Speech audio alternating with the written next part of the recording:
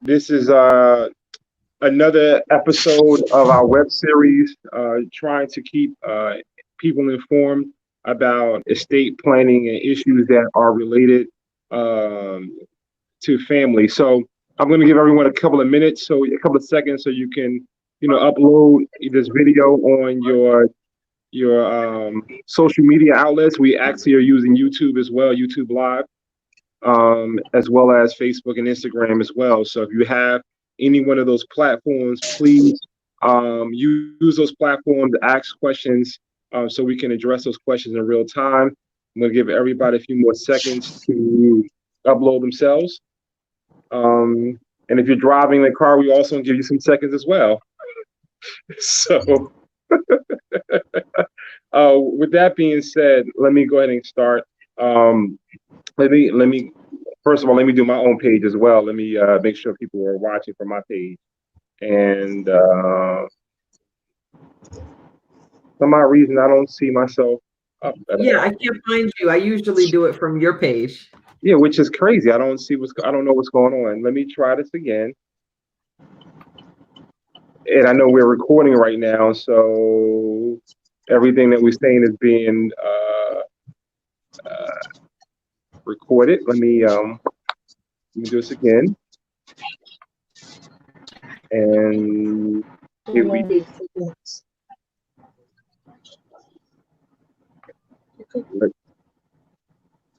And again, I apologize, for the issue. 13 miles to 78 West.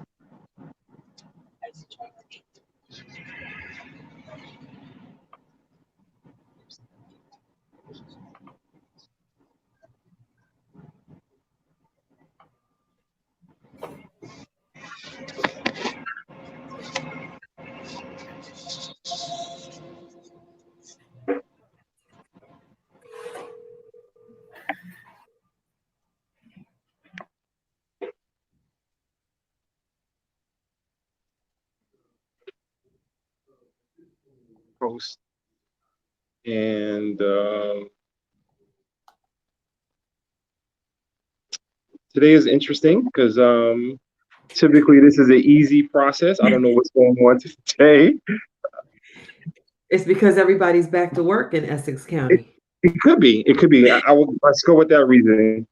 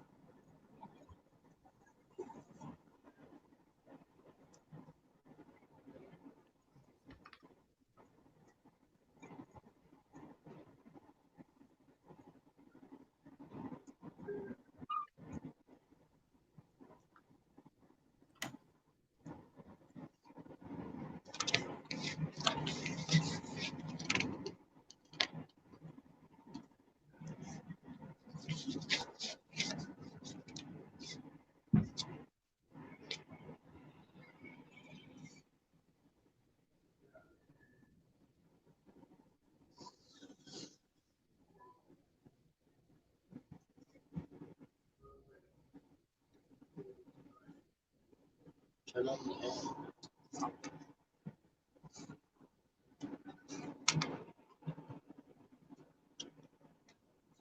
can't hear anything.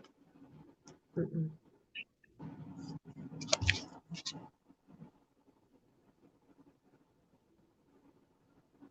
If you're speaking, I can't hear you. I can hear you. Okay, right here. Now we can. Okay. Okay.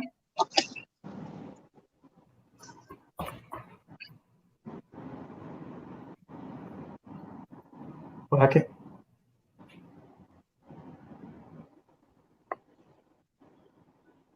I take a hand. Yeah. Yeah, we can't. I can't hear him. Oh.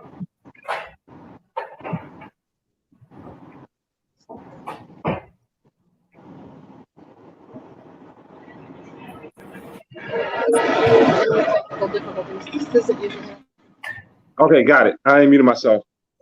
Can you hear me now? We can hear Good, you. thank you. Got it.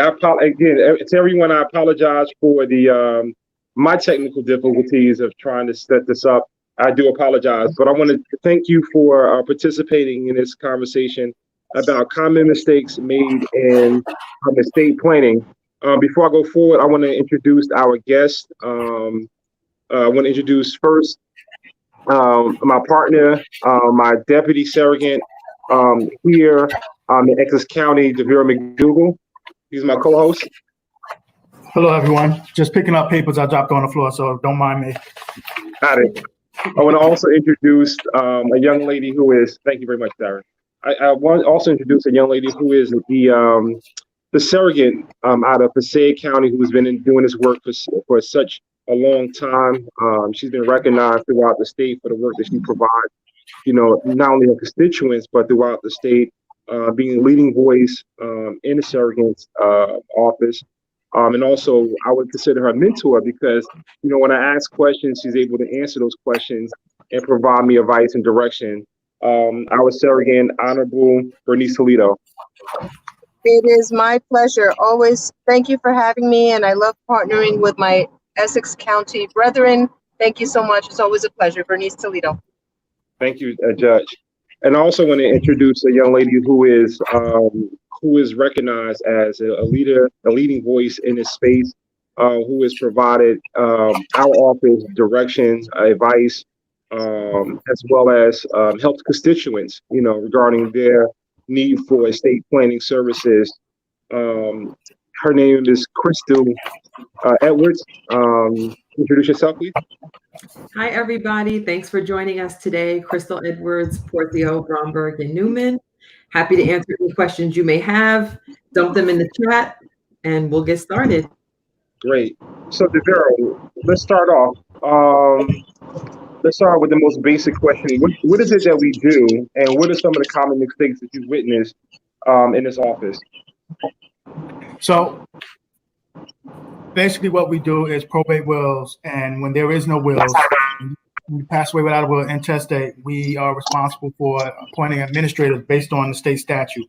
I will turn it over to Surrogate Toledo to explain exactly what the surrogate position is and the surrogate's court, because she does such an excellent job of doing that. Thank you. Thank you so much, Deputy. So in Passaic County, as in all the 21 counties, you have one surrogate. There's only one per county, 21 of us in the state of New Jersey, plus our deputies. And surrogate means one who stands in the place of another. So what we do is we authorize somebody to stand in the shoes of another, of somebody who can't. So who can't? I mean, there's several classes of people who can't, but the main one and the subject of today's conversation is the decedent, the person who passes away.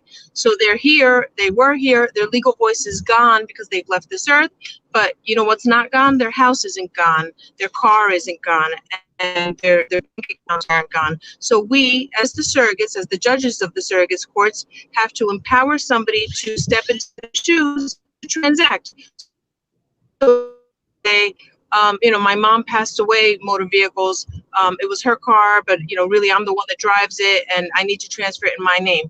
They leave behind a car. When your decedent leaves behind a car, it doesn't matter who drove it, who was making the payments. You can't do anything with that car. You can't sell it. You can't junk it. You can't transfer title until you come to the surrogate's court to be appointed to step into the shoes of the person who passed away.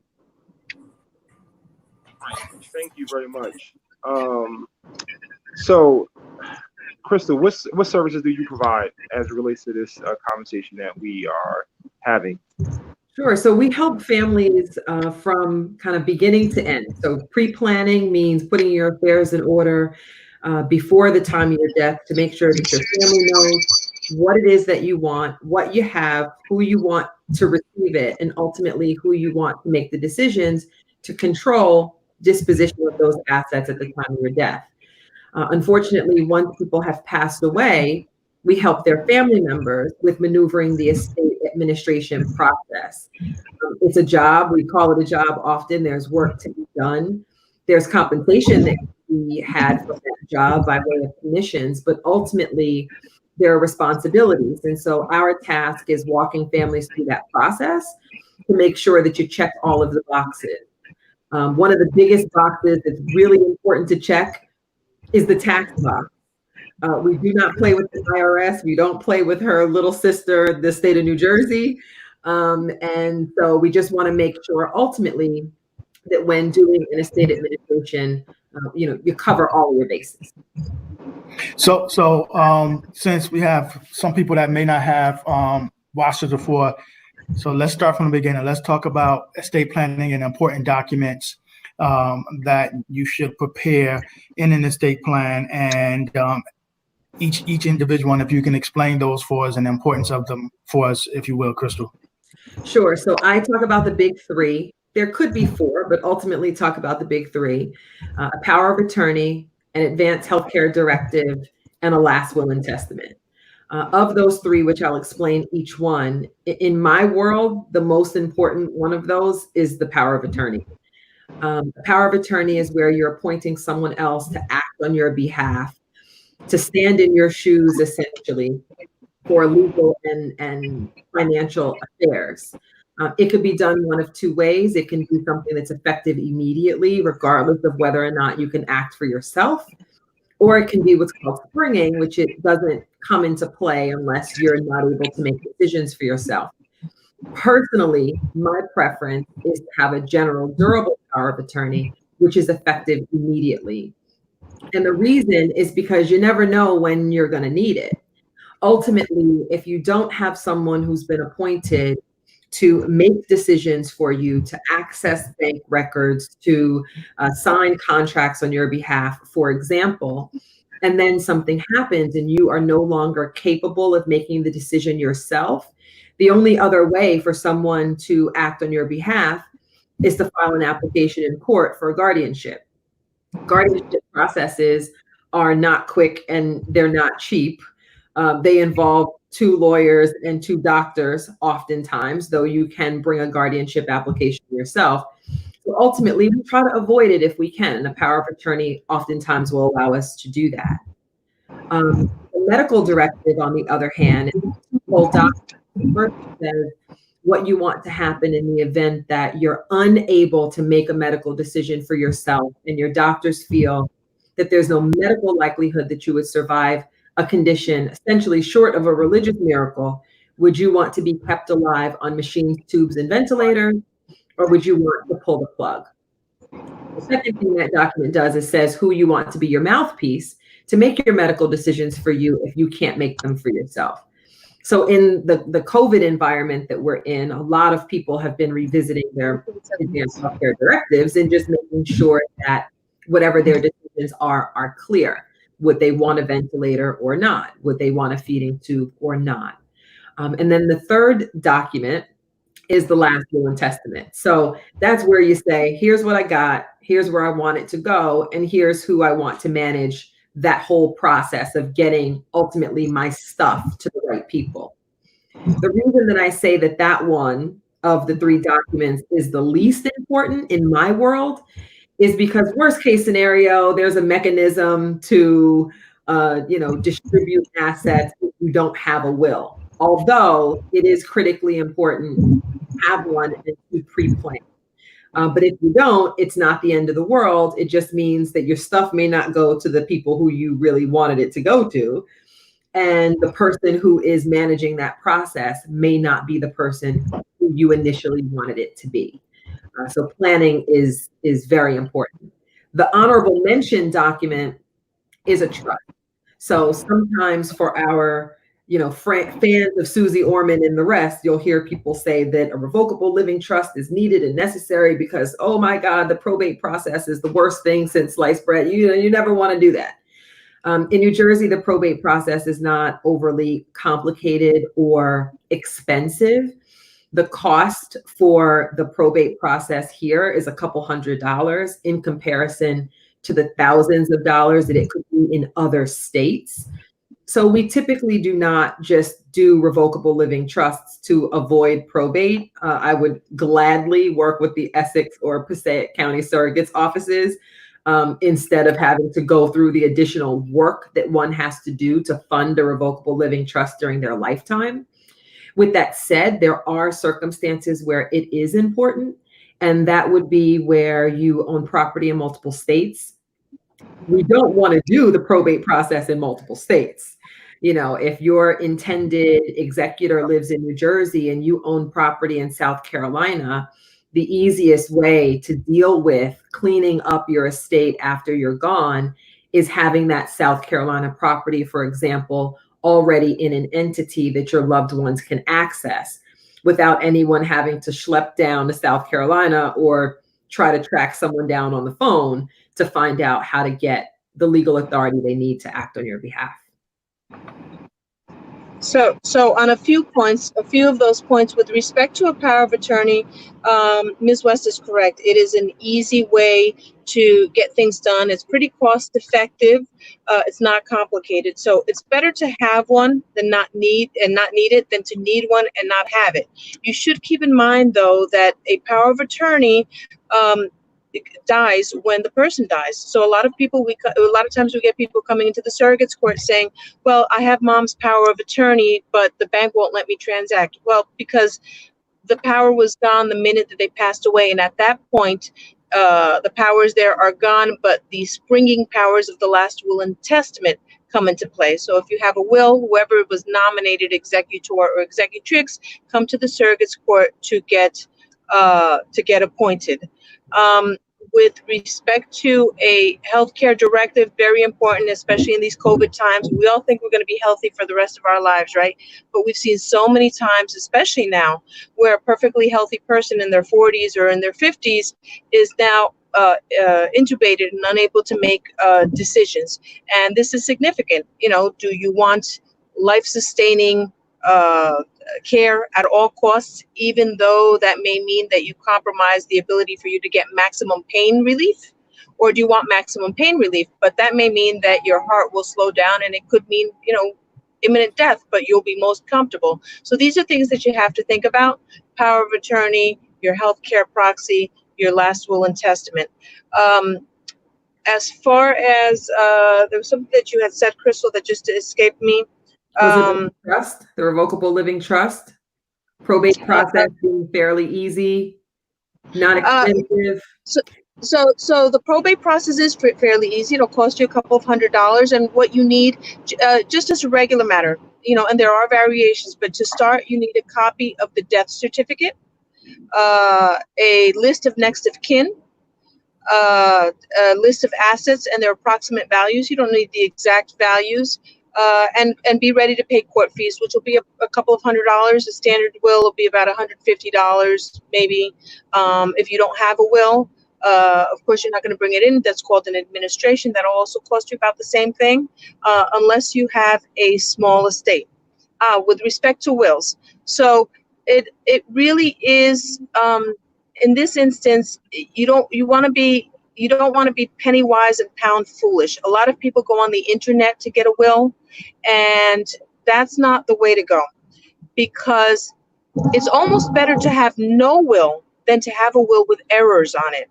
Because if you have a will with errors on it, there is no way to get that appointment done until you file a complaint and an order to show cause. So everything essentially freezes, because you have a will, and you have to file a complaint to have that will admitted.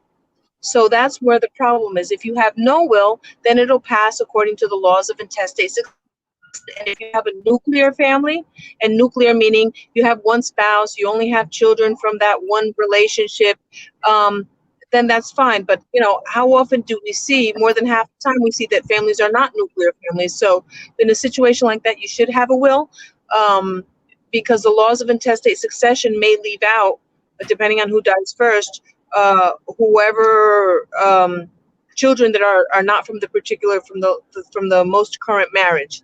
But with respect to the will, you have to make sure it's done properly. It is best to go see an attorney. You have to make sure that it's properly witnessed, that there's a self-proving affidavit.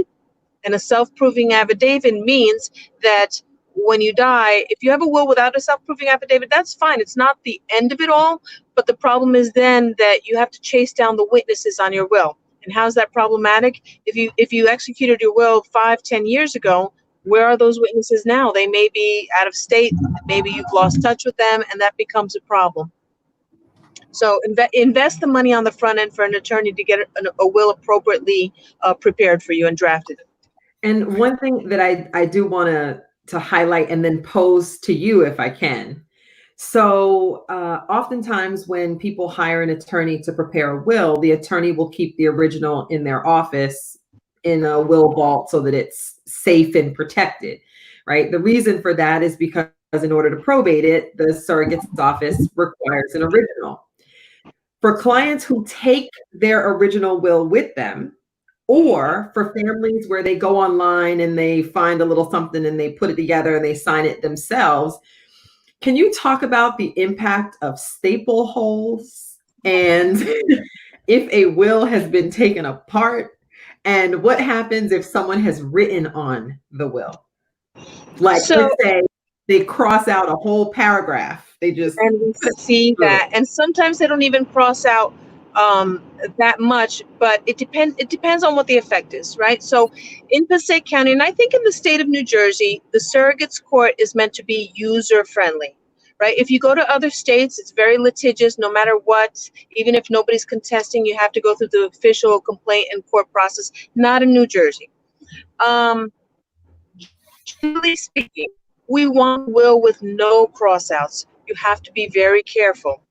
However, staple holes, listen, I don't get hung up on staple holes provided things line up and the page numbers are consistent. So if there's page numbers, page 1 to 9, and there's no page numbers missing and the paragraphs are in order, I'm okay with the staple holes. I've seen and heard of horror stories, not in New Jersey, but in other areas where they say, well, you pulled out the staple, now you have staple holes, it's not in perfect condition. I am of the mindset, as are most of the surrogates in the state of New Jersey, that you want to be outcome determinative. So if on its face it looks like it's the appropriate document, it's a clean staple hole, we keep them in. If there's a cross out, sometimes there's a squiggle or the pen slid, that's kind of okay too. Here's where it's a problem, wherever that squiggle is or where you've made a cross out actually changes the outcome of the will. So if you say, well, I nominate Billy Jr. to be my executor, but somewhere along the line you change your mind and you don't want Billy Jr. to be your executor, you want Mary to be your executor, and you just cross it out and put in Mary, you have a problem, because that's really changing the heart of the will. The person who's going to be in charge to execute your wishes is at the very center of who you, as the decedent, speaking to us from the grave, who you trust to act. And we don't know if that cross out happened after all the signatures came into play or not, but it can be problematic. Small things we can let go with something like an affidavit. Sometimes there's a problem with, the date is on the body of the will, but not at the signature line or something like that. Or maybe the witness is dated, but the testator didn't. But with a witness affidavit, we can reconcile that to make sure that we can get this done for you quickly and easily without having to go to court.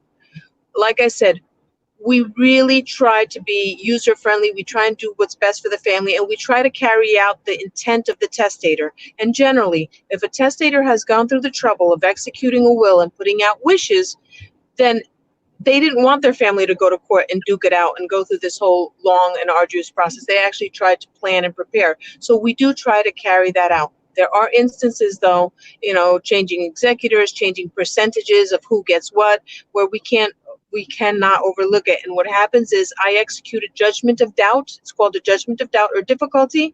At that point, I lose all jurisdiction. Nothing happens until somebody files a complaint and an order to show cause.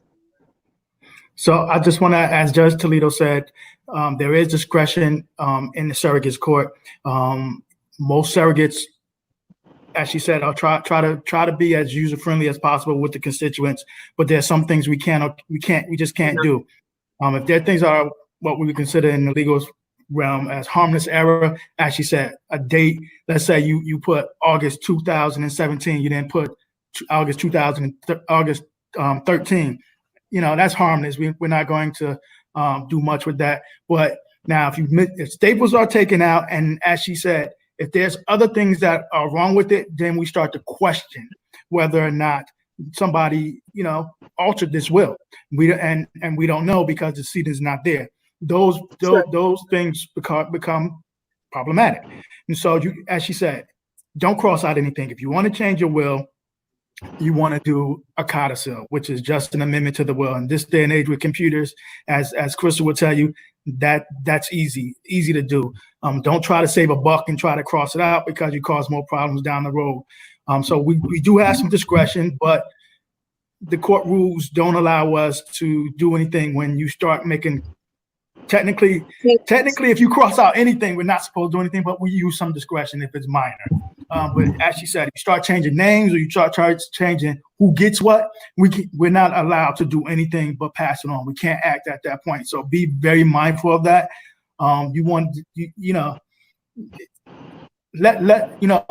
this case, when you think less is more, that's not necessarily the case. You say, oh, it's just, no, it's not necessarily the case. There is a process that we have to go through. So we'll use our discretion when we can, but at the end of the day, we have to follow the statutes and the court rules. So be very mindful about changing anything in the will. Do a codicil if you want to change it. And I'm glad you brought up the topic because I think we should talk about errors and mistakes or misconceptions people have in these documents or even in a planning phase.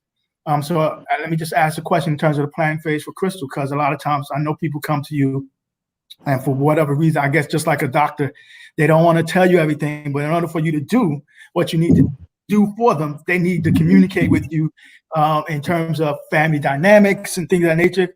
Can you speak towards that? Not talking about family dynamics or talk about assets they may have or may not have. Yes. So I'll say the biggest thing is just a cautionary tale of when you're seeing an attorney to prepare a will. Unfortunately, this practice area, like preparing wills, estate planning, estate administration, probably real estate is another practice area where everyone with a law degree believes that they can prepare a will because it really can't be that big of a deal. It's just a will, right? But there are so many nuances to this area that people are not aware of until it's too late. So if you're going to see an attorney for the preparation of a will, the first thing that should happen is they should ask you to complete a very comprehensive questionnaire about what type of assets they have, what type of money they have, and what their family dynamic is. It forces some of these discussions to happen pretty organically because you can't really prepare a will for someone if you don't know that they own property in New Jersey, in Nigeria, and in California. I mean, this is just information that you need to know. So the first thing is transparency is critically important. Depending on the family and the family dynamic, the people who are around you are also critically important. So for example, oftentimes a family will call and say, hey, a son will call and say, hey, my mom needs to redo her will. Okay, fine. Mom will come in and she'll have son with her and she'll tell me all of these wonderful things that she wants to do. But ultimately, my goal throughout that process is to make sure that what mom is saying to me is without the influence of someone else and is truly her desire. So sometimes a cautionary tale is just to take a step back. If you're someone whose family is pressing you, right, day by day by day to do planning, that's not necessarily a bad thing. That's a good thing in wanting to have less work for them. But it's also something where you have to approach it from the perspective of what's best for you. Spouses is probably the biggest issue that I've seen in my career with people telling me the truth about. And that sounds crazy, but it happens. So someone will come in and say, hey, I live in New Jersey. I got a couple kids. And, what's your marital status? Single. Yeah, lies. They're actually estranged and they've been estranged for 30 years or they've been estranged for 25 years. those types of details are really, really, really, really important. An attorney is not going to breach confidentiality. Short of you walking into the office and saying that you're going to commit some horrific crime that is getting ready to occur in short order, I mean, it would have to be major. An attorney is not going to breach confidentiality with respect to your estate plan. So you can be honest that you've got assets somewhere else, or that you've got cash that you took out of circulation that you probably shouldn't have, that's in a safe deposit box. I mean, these are things that people need to know.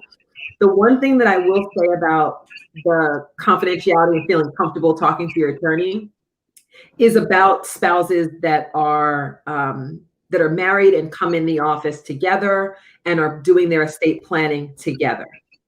There is an inherent conflict of interest when you represent two people who have interests that are not the same, right? So in an estate plan, your spouse may want to benefit his mother, and you may not want a dime to go to your in-law. That on its face looks like a conflict of interest, but it could be resolved. So ultimately, here's the thing to know. If you're married and you hire an attorney, generally, there are no confidences among the relationship. So when your spouse goes to the bathroom, not a good time to share that you've got a side family. Not a good time. That's going to come out, okay? But short of those issues, transparency is critically important, and it can save you a lot of money. The estate administration process is based on assets that were titled to you or that were payable to your estate at your death.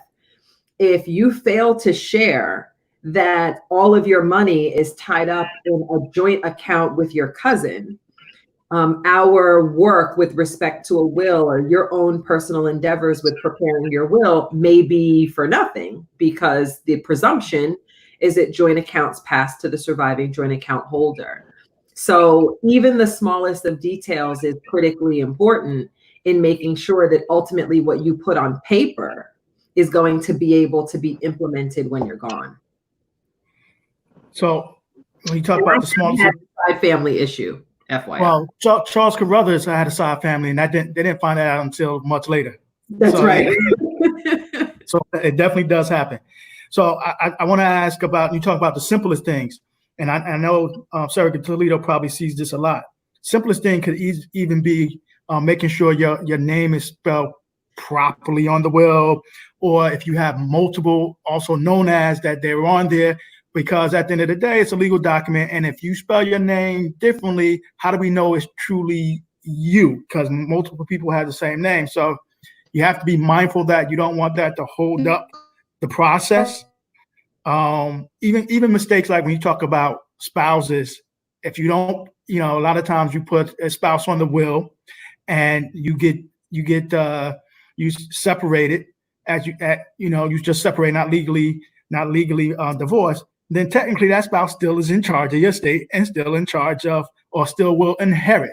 If you are divorced, some of the things that we rarely see, the better attorneys do a good job and say, my ex-spouse, who is my friend, to let it be known that, because there is a statute here that says that if you are divorced by operation of law, you no longer are the executor, you no longer will inherit. If that's not what you want, because you're divorced, because I actually saw a will here today where the gentleman made sure everybody knew that was his ex-wife, yeah, which was excellent. So simple mistakes like that, where you think, it doesn't matter, can cause a lot of problems. Is that correct? Absolutely. And in the post 9/11 world, where your legal name is so important, it extends beyond just you. It also goes to the people that you're appointing. So if you're appointing your friend Doug Smith, but Doug's legal name is Anthony Douglas Smith, we need to know that his name really isn't Doug Smith, because when it comes time to qualify to be appointed as the executor of the estate, the surrogate needs to feel confident in knowing that the Doug Smith listed in the document is the same person as Anthony Douglas Smith that showed up in the office. Right. I just want to point out to everybody that for some reason we lost Surrogate Toledo and Surrogate Kenny.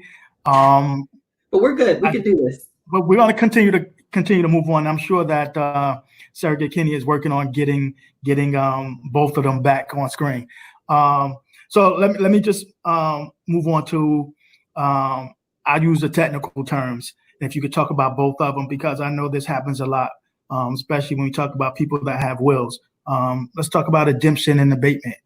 People get a little confused about what happens when an asset that specifically requested that could go to one person, but when they die, it's not there. What happens then, or abatement in the sense that there are not enough assets to distribute according to what the will says. What happens? So if you can explain those two terms more of in layman's term and explain what happens in those situations. Yep. So I'll do it in reverse order. So abatement. Okay.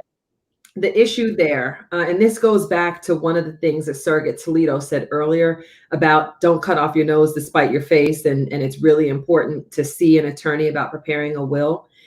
There's an order of priority that things in the will that are listed in the will actually get paid out. So if someone says, I give $5,000 to my friend Susan, and I give everything else I own to my daughter Sarah, what they are doing is saying that the first $5,000, regardless of how much money I have, goes to my friend Susan, and the balance of it will go to Sarah. So if the only thing that exists is $5,000, you've essentially disinherited your child. So that's called a specific bequest. After specific bequests come what we call the residue or the residuary, the everything else. So with abatement, that's where you don't have enough assets to pay the debts of the estate, the taxes of the estate, the expenses of the estate, the specific bequest, in my example, that $5,000 to your friend, and then have anything left at the end to go to anyone else. So if you're in a situation where the estate is insolvent, which means that the expenses of the estate are more than the amount of money that's in it, you're not really in abatement land. You're just in, we need to satisfy these creditors and there's nothing left for anyone else. Abatement would come in the event that there is something left, but there may not be enough to satisfy all of the beneficiaries within the estate. So the one thing that I'll say with that is when you're planning for your own, when you're doing your own estate planning, it's a revolving process. It continues. It's not a one-time thing. As your life and circumstances change, you want to revisit things. In my example of giving $5,000 to a friend, maybe that's what you wanted to do when you had a house and $500,000. If due to life, you only have $20,000 left, maybe you don't want your friend to inherit a fourth of your estate. So that's abatement. Redemption, on the other hand, is where you say, I want my house to go to my son. But by the time you pass away, the house is no longer owned by you. What happens then? And so a properly drafted will would acknowledge what you want to occur. So for example, you may say, I want my house, or if I no longer own my home, the value of the net sale proceeds of that home to benefit XYZ person. If you don't do that, on the other hand, if the asset is no longer there is nothing to distribute for that specific bequest. One of the questions that came in from someone on point here is, as the tax laws change, should it be mandatory to redo your will completely as opposed to an amendment? I'm not going to say that it should be mandatory. It's going to depend greatly on what your existing will says and what the tax law is at that time. I am not personally a fan of codicils. Codicils are amendments to wills. Codicils, you can have 1, 2, 3. It's much more difficult to track. If I prepared your will, but you did a codicil and your family comes to me to get the will, I have no idea you did a codicil and essentially made changes to the will. So my personal preference is always to do a new will whenever you want to make a change. At the same time, though, I do acknowledge that there's a financial component to that potentially. And so we make, arrangements as needed to do a codicil. If the tax change greatly impacts how you would distribute your estate, like if you're changing more than who the executor is going to be, if you're changing more than who the executor is going to be, generally, I think that you need to do a whole new will. The tax laws change often, but not often enough where you would be making changes to your will every year. So let's go back to your example about the house. So if the house is no longer in the estate, or let's say the decedent, before they passed away, they're in process of selling the house. There was a contract. To sell the house. And I can't remember what the individual you said, but let's say Sally. Sally said that her son was going to get the house, but she decided to sell the house, die before it was sold. Is he entitled to the proceeds? If the will doesn't say that he's entitled to it, is he entitled to the proceeds? No. The will has to specifically indicate that he's entitled to, or they can substitute the value for that value. Correct. So just want to make sure that was clear with everybody. And houses, so, Deputy Surrogate, we've been dealing with houses a lot. So I think that not all, but the vast majority of my estate litigation issues in Essex County have all been with real property. Mom or dad passes away and they have a multifamily house and there are tenants in the home, and maybe a family member lives in the house or not. And ultimately what's going to happen when mom or dad dies and you've got kids who have differing opinions about houses. So the biggest asset for me to make sure is very clear with what the client wants is real property, any home. If there's a child who lives in the home and there are other children, we need to be crystal clear, no pun intended, on ultimately what you want to happen. Do you want that child to continue being able to live in the home rent-free without the impact of the other siblings or not? Do you want that child to be provided a first right of refusal to buy out their siblings' interest because it's been their home forever? There are so many things that we have to think about that are more than surface level. For people who have multiple children, I'm one of them, and I've got little kids, but 20 years from now, 40 years from now, 60 years from now, I want to avoid the two of them fighting based solely on the fact that my daughter got more ice cream than my son. Right. When they were 2, 3, and 4. Right. And that's what happens. Like children are adult children oftentimes play nicely with each other as not to make mom and dad upset. But when mom and dad are gone and that neutral party that keeps the family together are no longer there, that's when these issues creep up. And so we really try to spell out what your desires are as much as humanly possible. For the person who had the comment about, are there law firms that will help you with estate planning pro bono? I would say that it's possible, but estate planning is still something that is seen as more optional than mandatory, unfortunately. So it's not an area where I think you're going to get a ton of firms that are excited about providing that on a pro bono basis.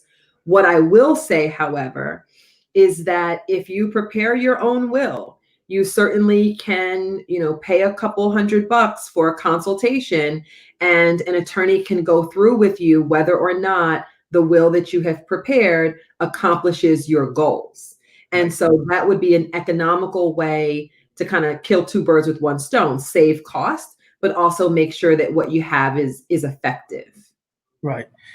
Okay, so there's a question from Nicole Michelle. This one is, co-signers on a mortgage have what interest if a person dies without a will? I'm going to use the word it depends, but I'm going to let you go ahead and Yeah, ask that. So it depends.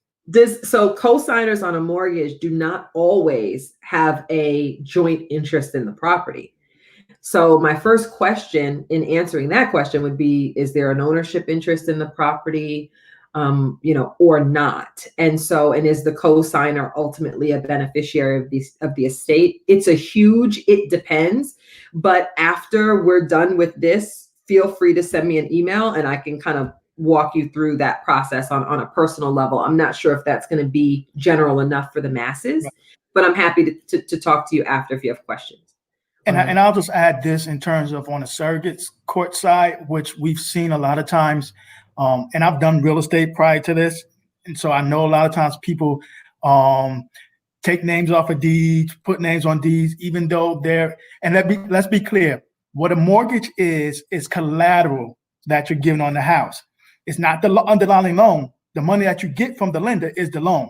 When you use the house as collateral to get that loan, that is the mortgage. You are giving a mortgage to the lender. So let's be clear on the terms, because a lot of times on TV, you hear them say, we're going to give you a mortgage. They're not giving you a mortgage. They're giving you a loan, and you're giving them collateral. You're giving them a mortgage. So a lot of times we see here in the surrogates court that transaction has happened without the lender knowing. And those contracts do have something called an acceleration clause. You start playing around with changing names on the deeds without them knowing and giving permission, they can actually have that note come due and make you pay all the money. So be mindful of that, be careful of that. So one of the things that we see is a lot of times, and I'm going to make an assumption that is what's happening. So what ends up happening is the family member dies and the other person whose name might be on the note is trying to now work a deal with the lender. Well, but you don't own the underlying property, because let's say the underlying property was in the name of a husband and wife. Well, it went to the other spouse. Now they want us to issue a short certificate for the spouse that died. Well, we can't, because there's no asset. The asset automatically by law went to the other spouse. Therefore, for you to communicate with the lender, we can't give you anything. So unfortunately, you're going to have to order show cause and verify a complaint and ask the probate part judge to give you an order to allow you to communicate with the lender. So be mindful of when you start playing around with deeds, it may look like it's the most prudent thing to do. And I'll be blunt. Actually, a lot of times, a lot of people are committing fraud. So be mindful of that. Don't just start changing names on deeds or anything like that. You know, especially if you pass away or family member pass away, it can cause even more problems. So be mindful of that. And one of the things I'll say on that note about just changing deeds. So in addition to my estate planning hat, I'm also an elder and special needs lawyer. So I can't help but talk about what the impact is of changing a deed during your lifetime. You know, just adding someone's name to a property could certainly disqualify someone for long-term care benefits that are available through the state and federal government that a lot of us are going to need towards the end of our lives in order to pay for the cost of long-term care. So doing a deed is not something that should be a do-it-yourself. Like, I'm generally okay with someone preparing their own will, provided that they are willing to have an attorney review it to make sure that it's okay. But I draw a line in the sand with respect to real property. Everyone thinks, oh, I'm gonna just go get a quick claim deed and I'm gonna, do X, Y, and Z. It is much more complicated than that. And there are other implications, especially if there's a mortgage on the property. A mortgage on the property, transferring a house could call up a mortgage, and no one has just a little easy $325,000 sitting that they can just pay over tomorrow when, the lender says, give me my money. So just be careful and be cautious. Right. And here's an excellent question from Donna Judd. That's on the topic we talked about with the house. So it says, so if both parents passed away with no will and have a house that's paid off, there are 3 siblings. And I like this part because people always think the oldest sibling is in charge Right. because of the birth order. So the oldest sibling lives in the house and we would like to keep it that way. What do we need to do to put the house in all 3 of the siblings' name? Okay. So first step would be um, whichever parent was the last to pass away, you have to make sure that one of you has letters testamentary or letters of administration that is the legal authority you need that you get from the surrogate's office in order to execute a deed or any other business on behalf of your parents. So that's part one. Once you check that box, the next box we have to check is to make sure that there were no taxes that were due for that property. I'm not talking about property taxes. I'm talking about New Jersey estate tax. We don't have New Jersey estate tax today, but we had it up until 2017. So depending on when the parents passed away, we may need to check that box too to make sure that there's no estate tax implications. If anything from the parents passed to someone other than a child, regardless of this house, then you're also in inheritance tax land, and we'd have to check that box also. Assuming that those two are fine, you would have two options of how you can set up this arrangement so that three siblings own the house, but one sibling can live there. You can do it the what I'll call informal way, which is the deed is changed to be from the parents' names to the three children. And then you just do a simple lease agreement between each other, saying that one of the siblings is going to rent, right? And maybe the rent is just covering the carrying costs for the property, whatever it may be. In that circumstance, you have to remember that capital improvements would be a requirement of the landlord, so all three siblings. So if one child lives in the house and there's a roof leak, all three of you would be subject to paying the improvement, not just the child that lives there, right? So the informal way is still kind of formal, doing a lease. The greatest benefit, but it does have a monetary commitment to it, is providing that child with a life estate interest. So a life estate interest is where you're saying, hey, sibling that lives in the house, we as your siblings recognize that this is your home and we want to give you a lifetime right to live in this house for the balance of your life. And that's a deeded interest in the property. The downside to a life estate interest in the example that you raised is that a life estate has monetary value. So if the property is sold, the child that's the life tenant would get a percentage of the sale proceeds based on their lifetime right to live there. And then the difference would be divided a third, a third, a third.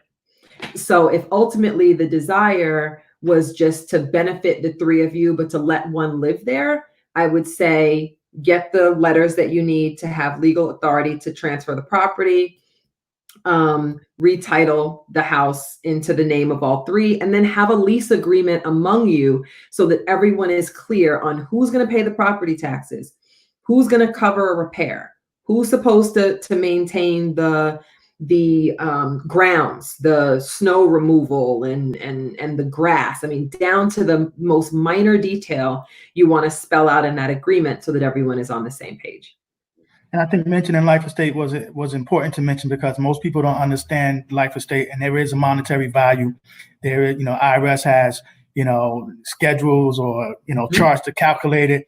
And when you sell it, and then when you sell that house, and there is a life estate, that person is entitled to proceeds, and they get a 1099, and it becomes taxable to them. So you have to be mindful that, I'll put it this way: almost anything that you do transactional wise is taxable unless you know otherwise. So I'll tell you what my tax professor said. So as far as you're concerned, unless you know otherwise, everything is taxable. That's right. So definitely with a life estate, you got to be mindful of that as well. If you want to go that, there's a tax implication with that, but with mostly everything as Crystal was saying, talking about estate tax, inheritance tax. So you always got to be mindful of that. If you're not familiar with it, you should talk to an attorney that's familiar with it or an accountant that's familiar with it. And I just want to make this note, and Crystal mentioned it earlier, but I'm going to pretty much just reiterate what she said in terms of attorneys, but also with accountants / CPAs, is that although attorneys by the court rules say that we can pretty much do, once we become attorneys, we can do anything. The only caveat is that we need to get the prerequisite knowledge. And however that's done, whether it's communicating with another colleague or taking courses, we need to get the knowledge. But technically, we can do any kind of work. I often use the example, though, you wouldn't want me, for instance, you won't want me to be a defense attorney on a murder trial because I think you're gonna get locked up. Yeah. So be mindful of who you utilize, whether it's an accountant or a CPA or an attorney. I'm not saying that those individuals can't get up to where they need to be, but the more complicated your situation is, the more experience you want that individual to have. So myself and Crystal aren't knocking anybody's skill level or anything like that, but the more complicated your situation is, you want somebody with that skill. And if it really is complicated, it probably will be involved in a lot of money, the loss of money if you don't get the right person or make the right plans. So don't skimp. Skimping again. I think Judge Salita was saying that earlier. Don't skimp in the beginning, because in the long run it can hurt you, and we've seen it here in the surrogates court with people not doing proper estate planning, or saying, as Judge Salito indicated earlier, saying, "Oh, I was the power of attorney, therefore I can still do." No, power of attorney extinguishes when the person passes away. So a lot of times just pay the money to get professional help. I like what Crystal said about just simply, if you do it on your own, you just have a lawyer review it. It costs you less money, but at least it actually does what you want it to do. And then they may explain some things that you didn't think of and that you may want to do. And of course, they're going to charge you for the extra, but it'll probably still be worth it. So don't let cost itself scare you for doing a proper plan and making sure your loved ones are taken care of, or even yourself when it comes to having an advanced directive. You want to get that reviewed every so often. You might change your mind about whether you want to be on a respirator or not. So when life changes, you look to your documents and change your documents accordingly, whether it is to do a codicil or not to do a codicil, as Crystal said, because, which is true this day with computers, if you're using the same attorney, it's not going to cost them as much to make a few changes here and there and just reissue a new will. And so you understand the new will that's issued supersedes the old ones. You probably would want to shred that old one. So just in case family members find the old one, they're not probating the old one as opposed to the new one. So communicate as well. Communicate with family. That's probably one of the other big mistakes, besides not communicating with your attorney, everything you need to communicate, not communicating with your family members, not letting them know some of the things that you're going to do, you plan on doing, because some of the issues could be sticky. You got 3 kids, everybody's not getting things equally. You might want to have that conversation in the beginning to explain why, because just this question talking about, even though it's saying older sibling living in the house, but people do believe because you are the oldest, you're entitled to more, you're entitled to do that. So you should have that conversation with family members as well, just to make sure that there is no will contest down the road.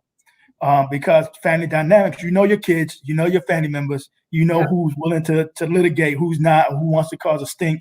Have those conversations in the beginning, and that will probably avoid some of that, litigation, or as Crystal said, some of those things that they harbored for years comes up later. It can avoid those things down the road. Yeah, and for Miss Judd, one of the mistakes that I would say is easy to make is to assume that everyone is going to do the right thing. Right. It's an assumption. And the only reason we say that is because lawyers are in the worst case scenario business. So you don't come into my office or to an attorney's office for us to tell you that everything is roses all the time. I'm going to tell you what happens if the relationship breaks down, and we've got to defend you so that ultimately you're in the best position. So the biggest mistake that could be made, that I would hope that in that example and others would avoid, is to really reduce your agreement to writing, memorialize it on paper, so that it's not just about the siblings, it's also about their kids, their spouses, right? Making sure that anyone who is involved in the day-to-day life of each of the siblings understands ultimately what the relationship is and what the limitations are. You just made me think of an example. Recently, I came across somebody who had only one child, and they tried to get the individual to do a will, and they said, I don't need to do a will. You're my only child. You're going to get everything. Fast forward, come to find out she had a boyfriend, fiance, and the son went on and became an administrator because he was next to kin. Mm-hmm. Turn around some months later, this boyfriend produces a will. Ooh. And so now, obviously, they got to go to court because everything was left to the boyfriend. And one of the assets was a house, which was, at this point, the house is worth probably about $500,000. Yeah, we're going to fight about this. Right. So they got to fight about it. So, she could have avoided all that, even though what she was saying technically is true. That's the only child, no spouse. It would go to that child. But not understanding dynamics of relationships, here's somebody popped up, and because they might have lived in it with her for years, said, I think I should be entitled, generated a will. It may not necessarily be, my personal opinion is not a valid will, but they have to fight over it because she didn't do a will. So those are common mistakes people make too, not doing a will because they think that everything is going to go to them, but things could happen. I see another question. So I think we can answer this last question, and then we've got to exit stage left. Exit, yep. But this question kind of goes into what you were saying. So when you have a will, it's not over at that point. Well, let's read the question first. So it says, how does the court view changes in the will and pension beneficiary when a person have documented mental health issues?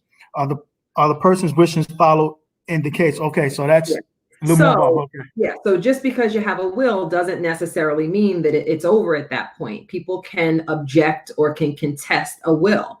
The reason to contest the will may be that someone was subject to undue influence. So in the deputy surrogate's example, someone may be whispering with a little pillow talk saying, your son ain't worth nothing. He ain't here. I'm the one taking care of you, and is kind of creeping in to your mind to get your money. That's one example. Another example may be that the person mentally does not have capacity to make decisions for themselves. And so while they may have in fact signed a will, mentally they didn't understand what it was that they were doing.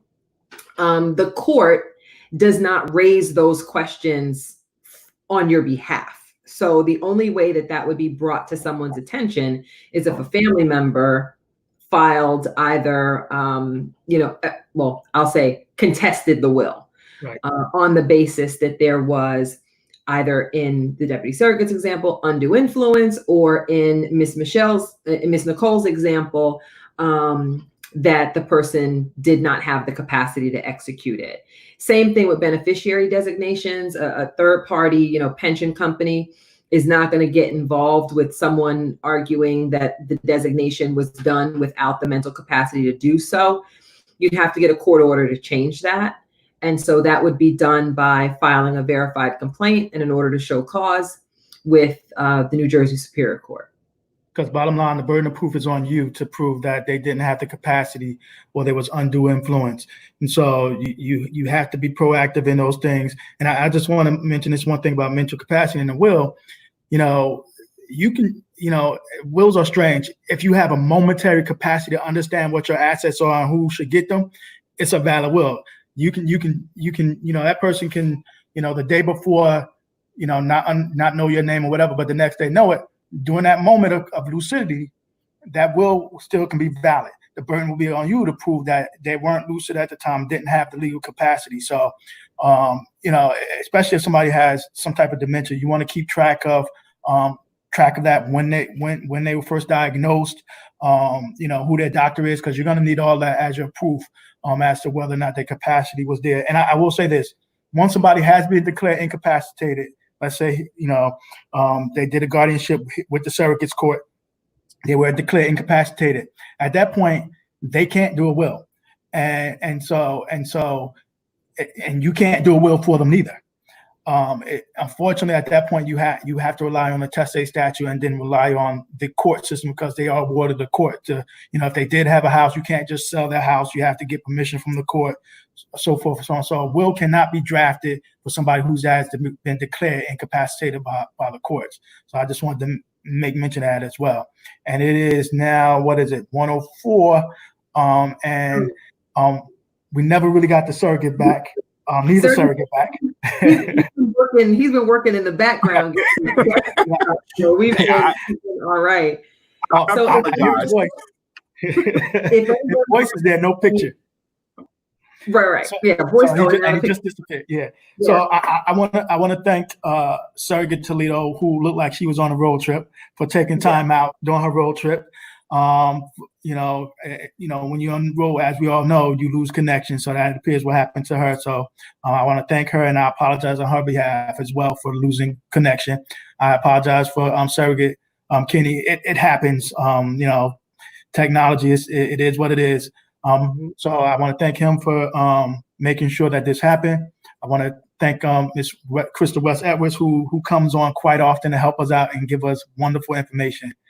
For coming on. And if you have any last things you want to say, I'll let you say them before we sign off. If you have any questions, you can contact me at 973-889-4263, and I'll put it in the comments for everybody. And otherwise, have a great day. We'll see you next time.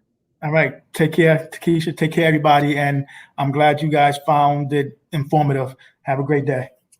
Bye. Bye.